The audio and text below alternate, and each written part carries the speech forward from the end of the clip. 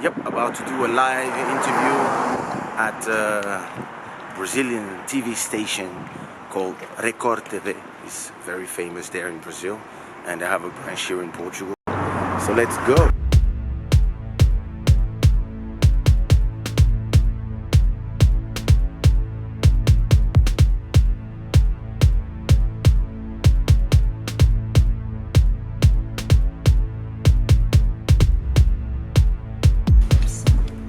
Já estás a Claro! Olá!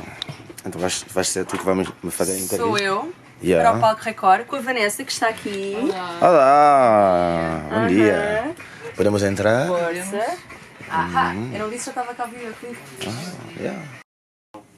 Espetacular, Yeah. uma rua, não tem muitas pessoas. Só mandou uma foto. E não se paga. Vamos Que é lá, sempre bom. bailarinas. Mas sabes, tu aqui, não te sei dizer aonde especificamente, mas tu tens muitos ferros velhos e de certeza, provavelmente até nem sequer tens de pagar nada, não é Sim, verdade? claro. Mas arranjar a última hora é Porque complicado. eu estava em Miami, Yeah. mas afinal, mas é verdade que eu guardei a ideia. Claro. Se gosta de Kizomba, Kaysha é provavelmente um dos nomes que está no topo da sua lista de preferências. Com 20 anos de carreira, é um artista que dispensa apresentações. Que tal? Gostas? Sim, nada mal. Queria só fazer músicas para outros. Um dia subi no palco, ouvi mulheres gritar e Se calhar se isto vai dar bem. né? E com o tempo, cada vez que eu tive uma frustração, em vez de gritar e reclamar, a minha maneira de fazer é geralmente tentar entender qual é o problema e o que é que posso fazer. E assim comecei a fazer a minha produção, porque era problemático numa época de poder fazer kizomba em inglês. Eu já reparei que em todos os países onde eu vou, os artistas querem fazer música para eles, ou para o povo deles, ou para a rua deles. Eu nunca fui assim. Eu nasci em África, vivi em Europa, Estados Unidos, agora estou aqui em Portugal e para mim eu estou a tentar fazer uma música para o povo do mundo inteiro. Claro. Para isso tenho que mudar a língua também e tenho a sorte de falar 6 línguas, porque não usar elas? É que tu estás aqui em Portugal há 5 anos, não é? Sim. E o teu português é praticamente perfeito. Tens só um bocadinho de sotaque, mas é muito pouquinho. Dá para perceber tudo o que tu dizes. So we're done with the interview at Record TV. Yeah. Sarah. It was great. Thanks a lot. You're This was welcome. the cameraman, women. Yeah. Opa, sim, agora não dá para muita coisa. Uau. Mas tens mais 2 estúdios iguais a este. Então quais são os shows que são gravados aqui? O meu, que é aqui o palco, está tudo, não dá para ver agora também. E vai mudando. Isto sai daqui, é aqueles cadeirões aqui. Aqui é o Fala Portugal, que é o noticiário. E depois isto dá para mover, portanto vamos criando aqui vários. Há outros que dá para fazer aqui.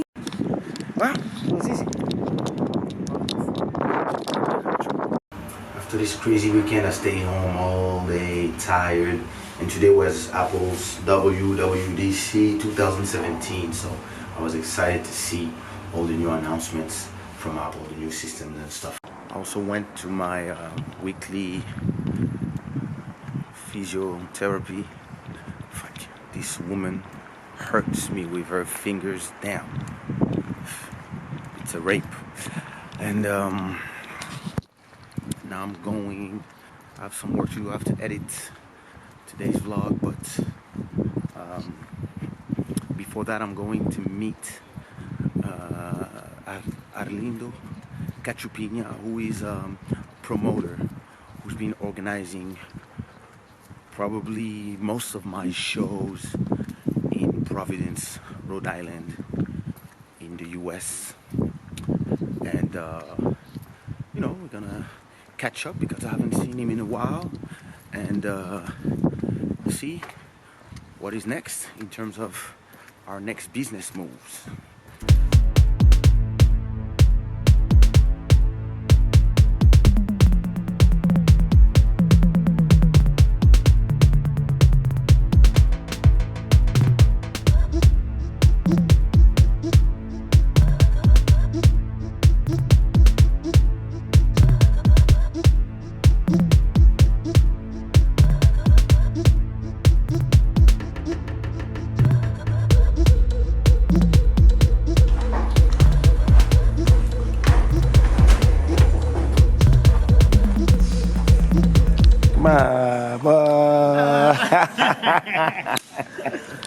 Man himself.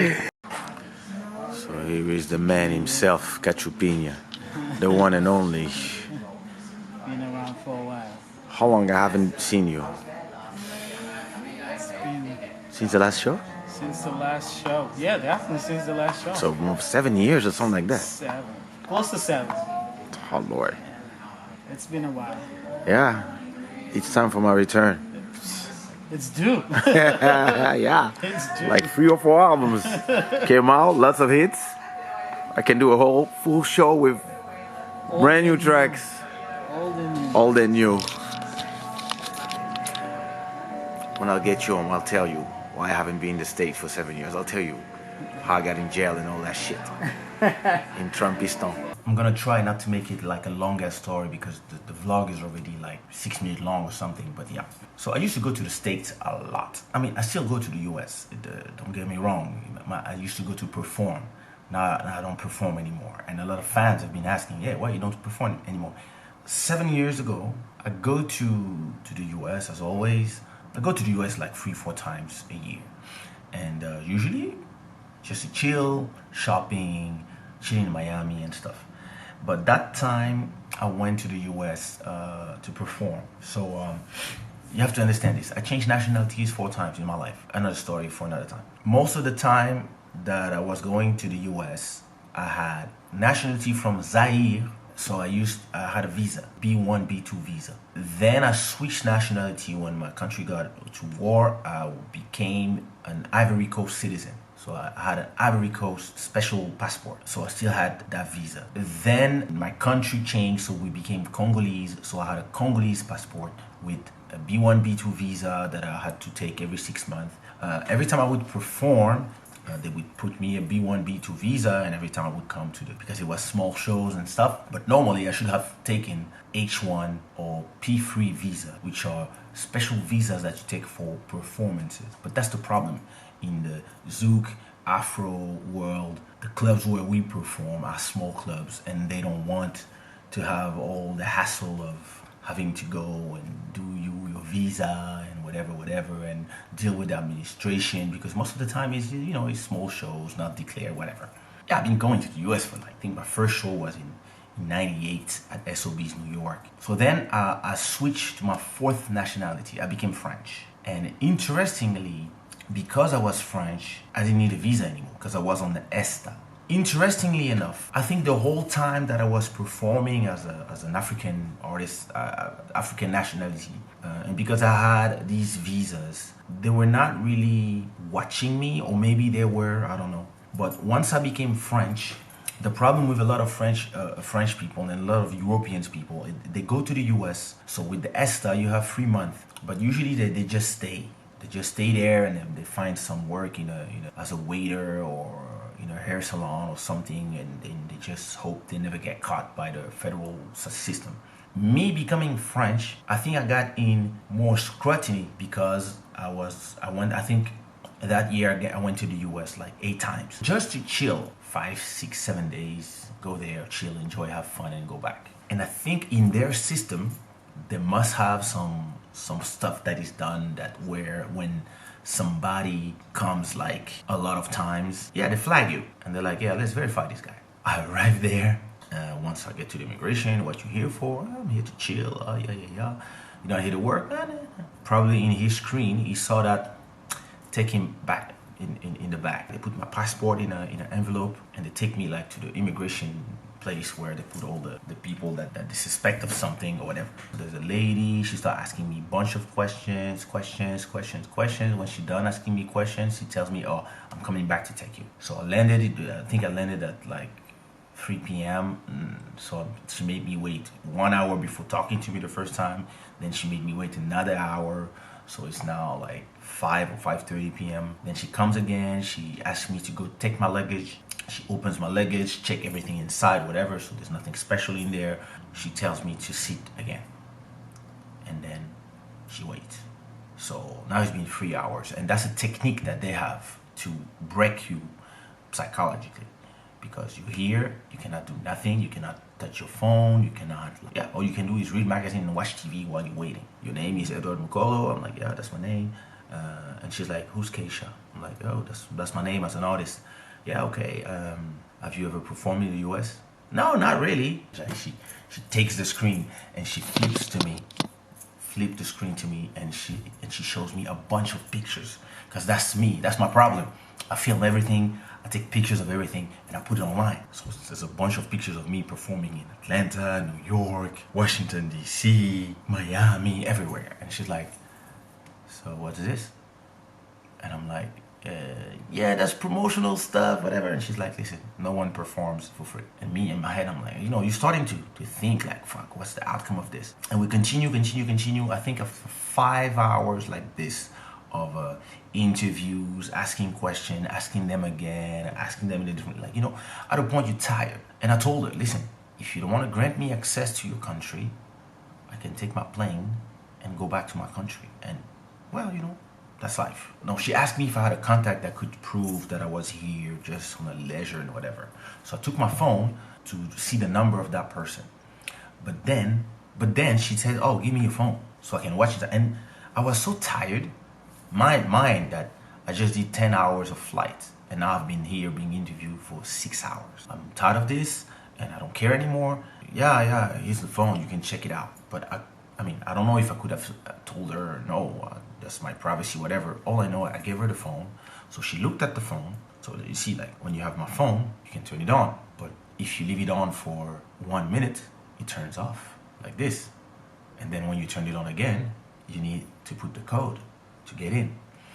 So she looked at it for 2-3 minutes. Then for 20 minutes, she left there. And she was looking for stuff, writing stuff. And then all of a sudden, she takes my phone again. And I was so tired that I didn't realize that she couldn't get inside my phone. But she's pretending that she's reading stuff. And then she tells me, you're performing tonight. Do you swear? And she gives me like a Bible or whatever. She's like, do you swear that you're going to say the truth or whatever? And then I'm like, yeah, I'm performing tonight. Like, psychologically, like, okay, she got me. I think she didn't have any info. And she was just trying to get me to say something. Because actually I was not performing. I just had a club from Atlanta propose me to host a party.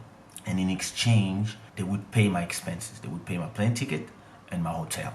Yeah, to me, I see it as a good opportunity to go on a holiday and at least, all I have to do is be there and talk on the microphone, whatever. And she's like, oh, no.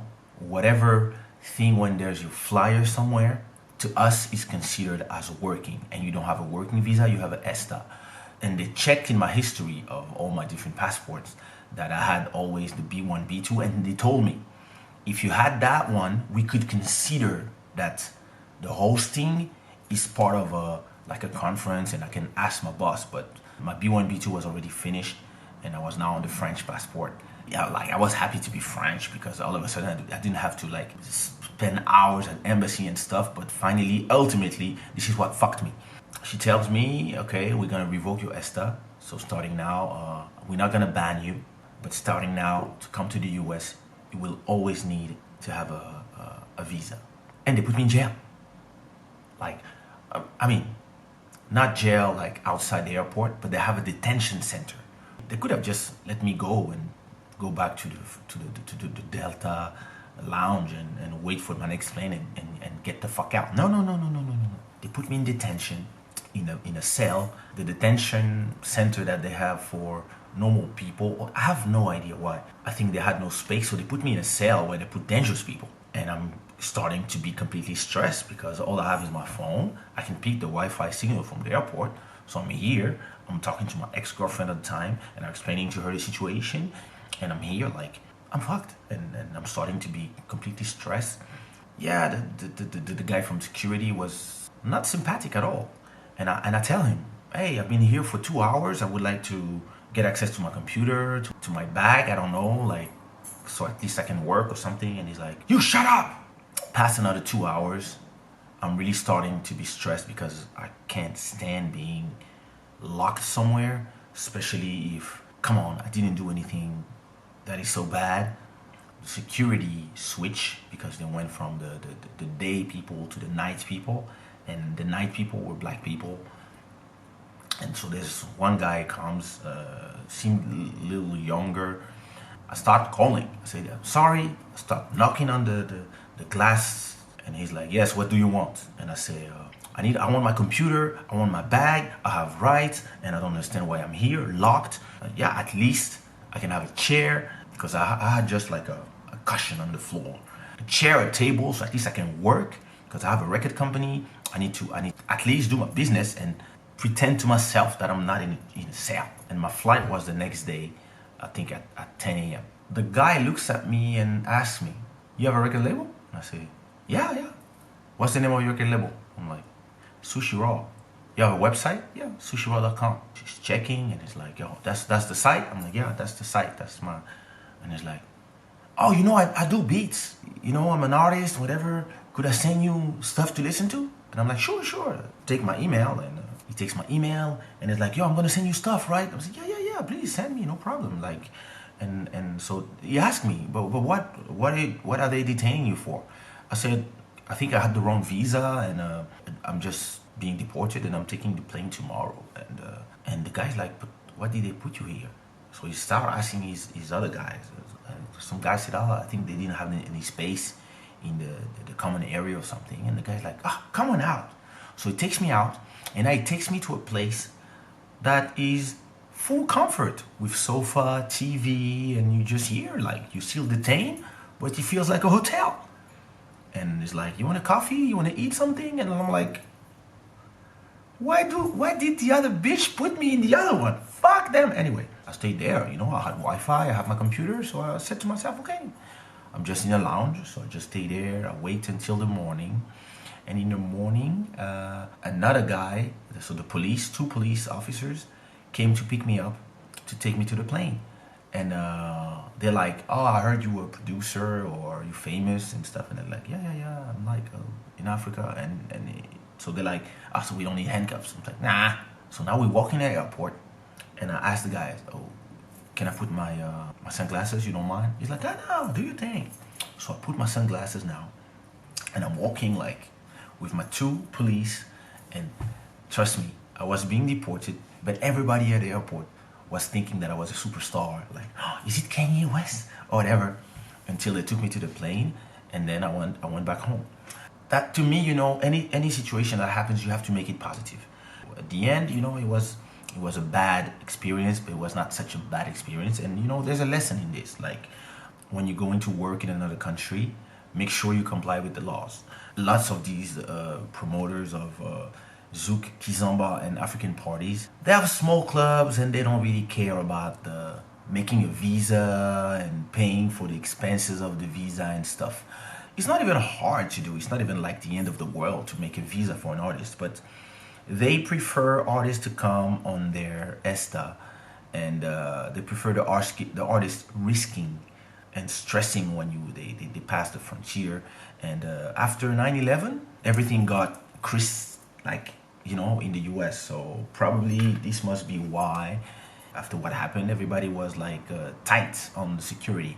And so I understand them, because the law is the law. I decided that I wouldn't go to the US again to perform in the US if the paperwork is not done right, because I don't see why I should risk to be marked forever in the US system. And every time I go to the US now, I have to go pass through immigration, be interviewed and stuff because of something that happened 10 years ago.